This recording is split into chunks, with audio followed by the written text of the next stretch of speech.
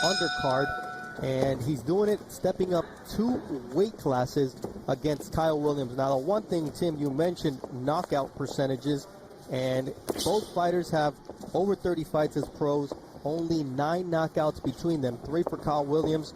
Charlie Edwards has the other 6, so pretty much it looks like we're going to go to the judges this evening.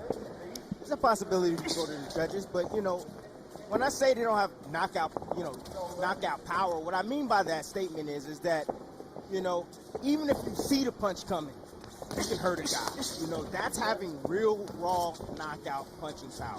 You know, you can also catch a guy when he doesn't see the shot coming and actually hurt him. It only takes 5 pounds of pressure to knock a grown man out.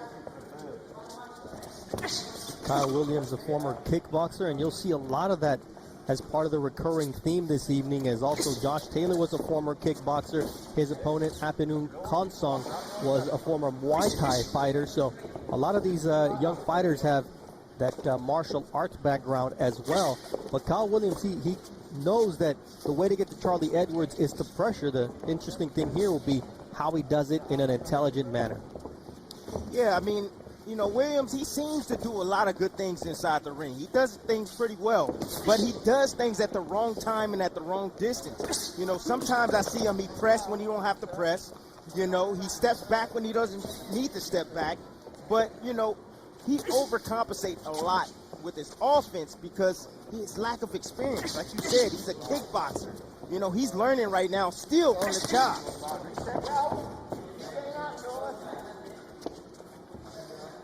You know, right now, Edwards, you know, I see right now that he still hasn't been able to settle down his feet. You know, that was one of the things that I caught while watching film. You know, he's constantly moving. So it's really hard to generate punching power when you're constantly moving backwards. You know, punching, when you're moving, it allows you to be able to create angles for every punch, yes, but it also takes something from your punching power.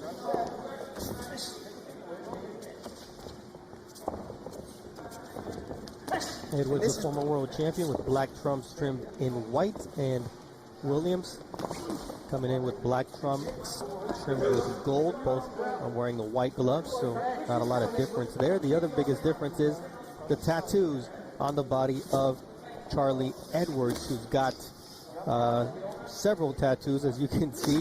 He's got the lion, the crown, the lightning of Zeus, the third eye, an eagle. So that's the best way of distinguishing between Williams and Edwards. Ricardo, you said something, you know, early in this round. You said that, you know, he's a little weak. Edwards is a little weak, you know, when it comes to pressure, you know. Against Kyle Williams in his showcase fight to show that. Round 2 of a scheduled 10-round fight coming to you from London. I'm Bernardo Osuna alongside former world champion Timothy Bradley. Glad you're spending your early Saturday afternoon with us. Yes. See, Edwards is a superior boxer. You know, uses his feet most of the time to get out of range. Doesn't move his head all too much. You know, fights off the jab, then changes positions. You know, and as you can see, Williams, what he wants to do is he wants to get in the inside. He wants to try to slow down and break down Edwards. But you can tell he's trying to think. He's trying to think about getting to that inside of Edwards. Kyle Williams in his career has been down in his 2 most important fights against Inut Baluta, who just had a knockout win earlier on the undercard in London, and then Ukashir Farouk, to whom he lost the English bantamweight title. He also was dropped against Thomas Essomba, a fight that he was able to come back and win. He's been vulnerable before, and that's probably what Edwards' people saw when they chose Williams to be his comeback opponent and his first opportunity at 118 pounds. Well, Williams just dropped his lead hand, so expect the right hand to come right over the top of that lower left hand of Williams from Edwards.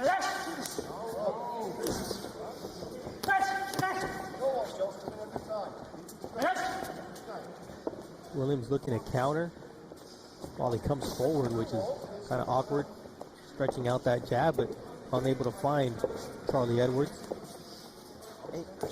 You're right. You know, Williams, he can do a little bit of everything. You know, he can switch southpaw. I think we're going to see him switch southpaw now. He can fight an orthodox stance. He also can pressure, and then you see him on the outside trying to box as well. I think in this fight, what's going to suit him, more importantly, is getting in the inside and breaking Edwards down to the body and pressuring him. The best thing would be to remind him of what Julio Cesar Martinez did to him August 31st of 2019 out there at the O2 Arena. If you can get him back in that mindset of having to survive that type of punishment, that's the one thing that Charlie Edwards has struggled with. Nice left hand there from Williams at the close of round number 2. And this is the type of fight that you want if you're in Kyle Williams' corner.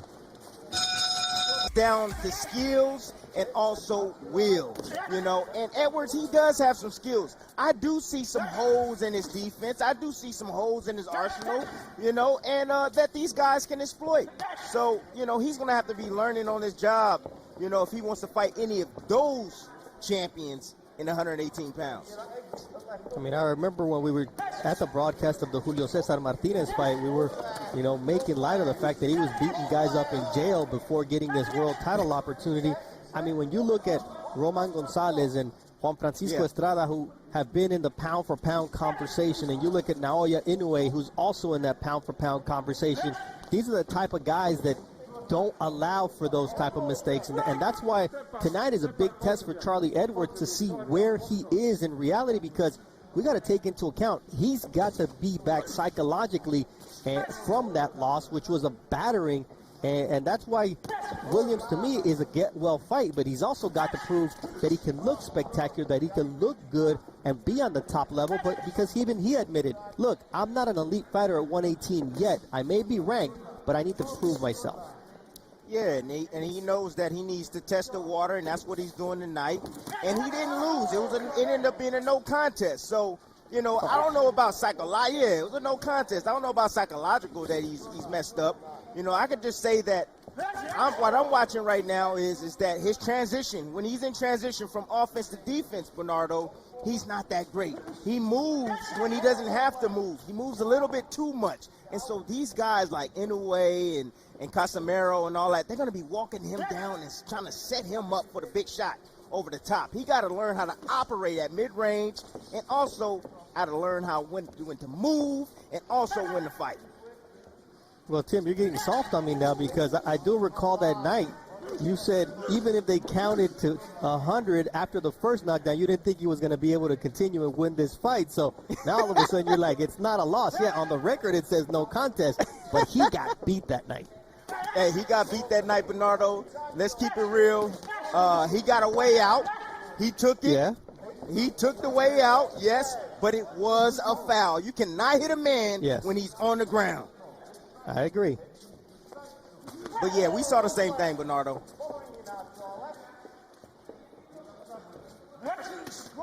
Even when we were talking about pounds and dollars, it was still the same thing. Pounds, dollars, pesos with Julio Cesar Martinez, it didn't matter. He was battering him that night. And that's why, to me, it's really an important comeback fight for him, because, you know, Williams is in here. Williams is coming at him, and that's a good challenge for him. But he's not the monsters that you'll be facing at 15 or 18 if he decides to stay here. And he's not doing. You know, he's standing right there, or he's moving backwards, trying to use his feet as defense instead of moving his head, and he's getting caught on the way out. Williams needs to continue to do that type of Timothy Bradley. Glad you're with us here on Top Rank Boxing on ESPN Plus, the long-awaited debut of Josh Taylor on ESPN and with Top Rank. He signed in the month of January, but due to the COVID-19 pandemic, his fight against Apinun Konsong was postponed from May until tonight, but he has his opportunity finally to fight on ESPN Plus and ESPN platform. So we're excited to have the unified champion Josh Taylor and the possibility of what may come in 2021 against Jose Ramirez. For now, it's Charlie Edwards taking on Kyle Williams. Bernardo, beautiful sequence right now from Edwards. Using his jab. Beautiful. Got a guy walking straight in. Use your jab. Use your stick. It's the longest weapon you have inside the ring. Look at that. Just beating him down with the jab. That's just nice. That's great fundamentals right there from Edwards. Yeah, and the referee, Bob Williams, right there warning Kyle Williams for pulling on the neck of Charlie Edwards while he was connecting to the body. But you're right. Beautiful work with the jab of Charlie Edwards here in the 4th round of a scheduled 10-rounder. See Williams stepping back right there. You see him step back and just do a little dance right there. That's called resetting, regrouping. You know, he didn't like what he saw, so he stepped back, you know, cleared his head a little bit, feet. He was like, all right, I'm going to come with this approach this time. With a different approach. And that's what the good fighters do. Once again, that stick right out there on the face of Kyle Williams. Williams trying to make it awkward. That's one of the benefits that he has by switching southpaw, going orthodox as well, but it's that kickboxer's mentality that he has of being able to do different things, you know, both in terms of footwork, but can't get away from the punches of Charlie Edwards here in the 4th round, as Edwards seems to finally be warming up, finding his range. The jab is what's creating all this offense. That's what it is. The jab is the main weapon that's landing for Edwards. And you're right, Bernardo. You know, Williams is trying to make things difficult. You know, he's dropping his hands. He's trying to invite in Edwards, trying to get Edwards to make a mistake. But Edwards is staying underneath himself, shooting a jab. Nice right hand right there by Edwards. The man who will be in charge of his corner. That's our main event this evening, as Josh the Tartan Tornado Taylor takes on Apinun Konsung. We're now in round 5 of a scheduled 10-round fight between Charlie Edwards and Kyle Williams. Edwards with the black trunks trimmed in white. Williams with the black trunks trimmed in gold. See, this is what I like from... Great 4th round for Charlie Edwards. Let's see how he builds on here in round number 5. Yeah, what I like from Edwards right now is he's standing his ground a little bit. You see the left hand down. What he's doing is he's throwing the up jab. It's coming from a different direction, up between the gloves of Williams. See, this is nice what I quick need to see, combinations Bernardo. From Charlie Edwards as he moves and pops. And there's that stick once again. Everything off the jab, as Timothy Bradley eloquently points out, throwing it from different angles, and that's establishing his offensive prowess here. He's not moving. Edwards is not moving a whole lot. He's moving just enough right now. Oh, got hit. Turned his back when he threw a left hook. Yeah, he overcommitted. He got clipped, and his glove almost touched the canvas, but was able to maintain his balance, but put himself in a very dangerous position there, did Edwards.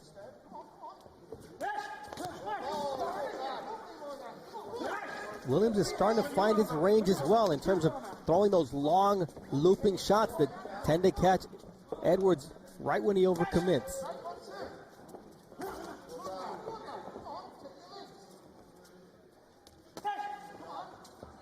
Williams is applying the pressure.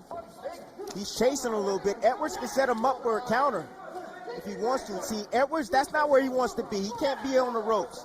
You know, this is going to favor Williams. You got to understand that the judges watching, they can't see all the action when your back is against the rope. It's better to be in the center of the ring so they can see everything. Right now, the man who's in the center of the ring and has taken over that position is Kyle Williams. Earlier on, it had been Charlie Edwards who was dictating the pace. Now he's allowing Williams to come forward.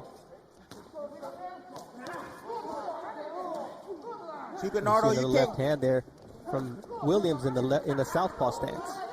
Yeah, you can't give up ground like that. You know, when you're moving back, when you have your opponent, you know, close like Williams is right now, you got to fight, stay there and fight back. You know, choose your spots wisely. Then when you get all the way out, then you can move. See, moments like that, Bernardo.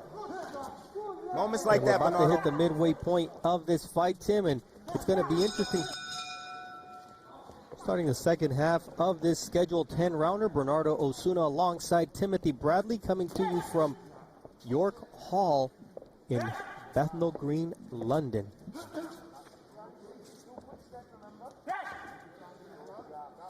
Last time we were in London, Tim, I was out there with Andre Ward, went to buy some tea, had a little cup earlier this morning to remember our visit to the O2 Arena for the Lomachenko-Campbell fight, which is the last time we saw Charlie Edwards in the ring. It was the last time we saw Charlie Edwards in the ring. It's been some time since he's been in the ring. It's been over a year, Bernardo. Been over a year. 14 months to be exact, and that's the one thing that he wants to regain all that lost ground. Yeah, it takes you know, when you're off that long, it takes a little time. It does. It takes some time to get your sea legs back, baby. You know, it takes about 4 rounds. Typically 4 rounds to start feeling good, you know, open up those lungs. And as you can see, Edwards is doing a good job right now. Again, establishing his distance with his jab. And occasionally he gets a little lackadaisical on his defense, though. And I love what Williams is doing, attacking him, not letting him rest. And for Williams, it's been 11 months since he was last in the ring.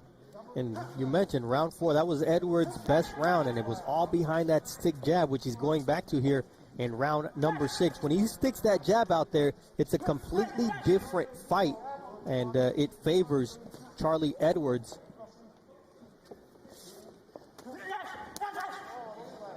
See those quick combinations from Charlie Edwards. You know, a lot of times we talk about the jab to the stomach. See, when you have a guy coming forward at you, most of the time, you know, it's a good tool to use. A good weapon to use is the jab down to the belly. That's going to stop him in place for just a split second. So that way you can set him up with a big shot over the top.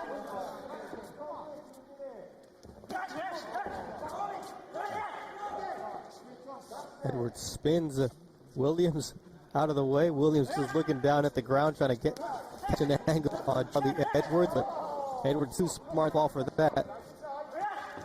Bernardo, that don't win you fights. From Williams. That doesn't win you fights, Bernardo. I don't care how flashy you look in, or you're saying, oh, he's not doing anything or whatever. The judges are looking at that. You know, that doesn't win you fights. Winning fights, you win fights by punching the other man in the face or the body.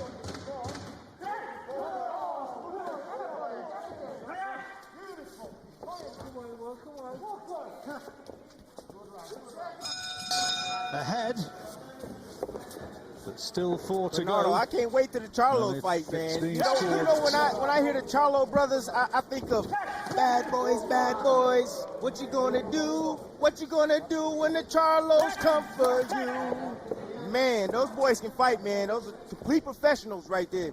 And I can't wait till these gentlemen fight. And they're ultra competitive. They're twins, so I've got a special place in my heart for twins. They're a minute apart, and you know, Jamal's the older by a minute. He's already been the 154-pound champion. Now he's a 160-pound champion. But Derevyanchenko is the fight that can set him up for the big fights that he's asking for, the big names, whether it be Triple G, whether it be Canelo. It's legitimacy that's at stake for Jamal Charlo, because he feels that he belongs among the big dogs at 160, but he hasn't had the big names as of yet, and this is a name that puts him closer to prove that he belongs again, you know, amongst the big dogs. I agree with that. I agree with that jab from Charlie Edwards. As long as he keeps snapping that back, and we see a little bit of inflammation in the left eye of Kyle Williams. He's been very successful with that jab and movement. Yeah, you want to slow down a guy movement? Go down to the body. Send some shots down to the body. He's going to have to, you know, brace himself to be able to absorb those body punches.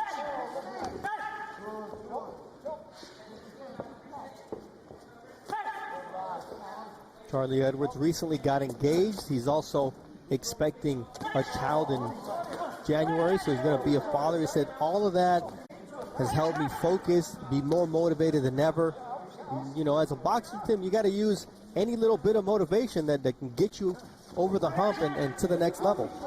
Yes, it starts with you first and foremost, but, you know, fighters, we can gather energy, you know, and determination from other things, you know, outside of boxing, like family. You know, Floyd Mayweather, it was money and family. So, you know, a child will do that to you, man.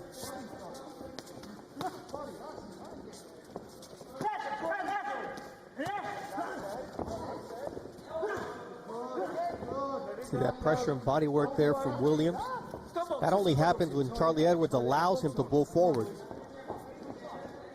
Yeah, that's called giving up ground. That's what Edwards do. He gives up too much ground. He allows Williams just to walk straight through the front door.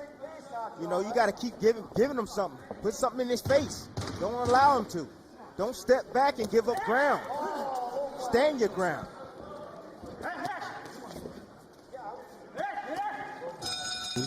But you can never be sure. You can never believe anything's in the bag when it comes to boxing and judging. Round 8 of a scheduled 10-rounder. Alongside Timothy Bradley, I'm Bernardo Osuna. Glad you're spending this Saturday afternoon with us. Evening, night if you are out in London, where Charlie Edwards is taking on Kyle Williams in the undercard of Josh Taylor afternoon pump song.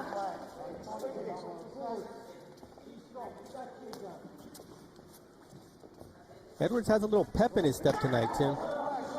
Although he gets tagged there with a nice left hook to the body and a nice uppercut from Williams. See, these are perfect opportunities right now, especially if you having a hard time dealing with a pressure fighter that's in your grill, in your mug all the time. You got to learn how to tie him up. You know, a lot of people don't like tying up guys. Tie up the man. That will stop his momentum. That will buy you some time. That's going to allow you to get a little breather and regroup.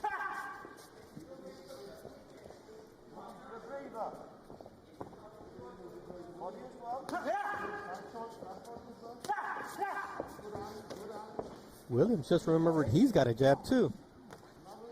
Yeah, well, right now, what I'm seeing right now is just class. There's just levels to this game, man. There's levels to everything in life.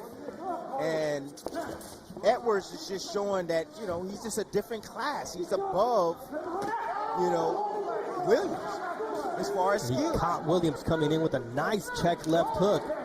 And now he's holding on as Williams had his pride injured, and he's trying to come forward and get all of that back with those punches.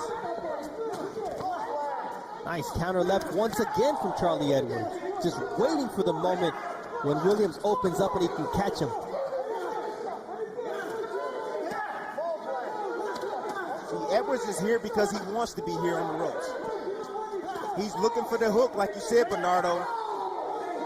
He's trying to punch in between those shots coming from Williams. He did there successfully once again. See, that's a smart thing right there. Shots. That's a smart thing right there from Edwards. He saw that his man had punched himself a little bit out, and then he turned on the jets. Now he's trying to work his offense.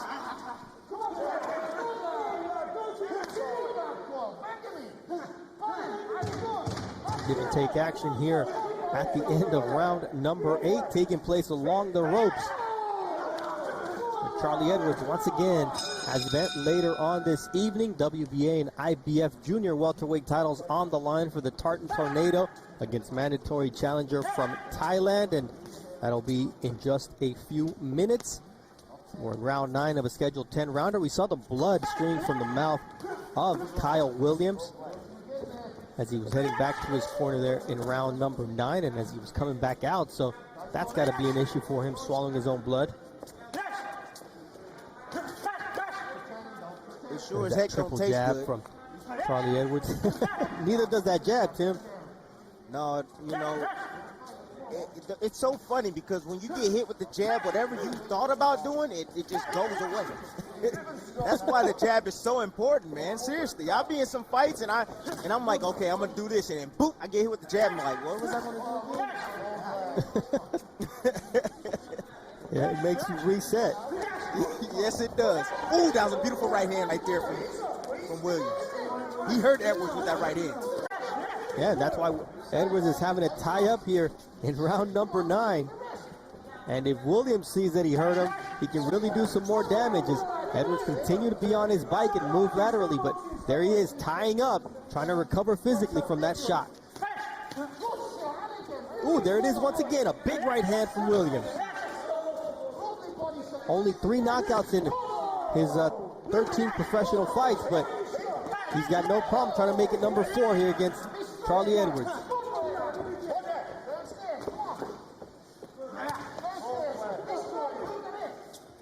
Remember we talked about the 118 pounders? Bernardo? Edwards better stay far away from them 118 pounders. Stay far away. Yes, stay far away. You know, good boxer. Even at 115, he's got some brutal knockout artists at 115 that they don't allow you to take these kind of breaks. No, he just make a lot of fun. He just has a lot of fundamental flaws. You know, good jab in spots, picks up his feet a little bit too much at times, gets himself in bad positions like that there. But hopefully he'll take tonight to say, look, I'm not ready for the Naoya Inoues or the Casimiros or the Ubalis of the world, but you know what? Let me take a shot at Ancajas and Ioka and Roman Gonzalez, see if he's a little long in the tooth now. Or, you know, Juan Francisco Estrada. Those are the type of guys that, you know, at 115 he may have a shot at, but he's got a lot of improving to do. He ain't beating those guys either. I'm just letting you know that right now. I mean, he's fighting, literally he's fighting a journeyman right now, in my opinion.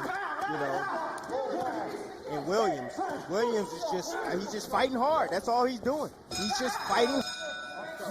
You can't give a little space. If you give a little space, you probably want to go to the sides.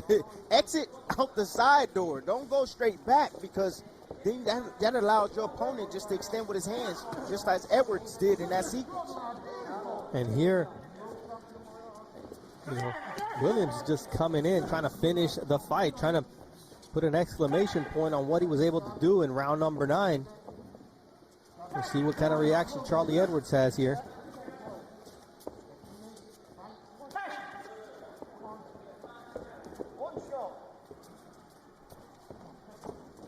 If I'm in Williams' corner right now, I'm telling them to go for it. Throw everything you got. Oh, nice 1-2 there from Charlie Edwards. Catches Williams coming in.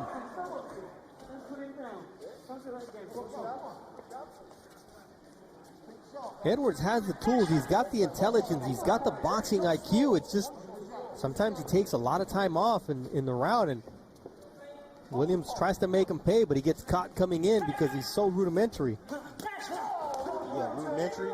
Well, Edwards is predictable. That's the reason why Williams is having success.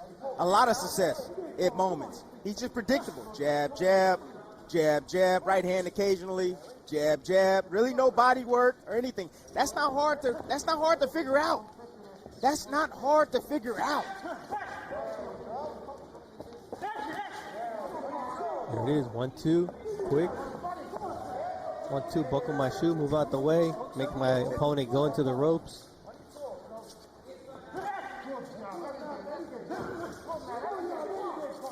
Edwards is ranked number 3 by the WBC at 118 by virtue of being the champion at 112 pounds and moving up 2 weight classes, but that's a tall order at 118 pounds to be able to compete with the big dogs there, especially the champion in Naoya Inoue, who we'll be seeing later on this fall in Las Vegas, taking on Maloney.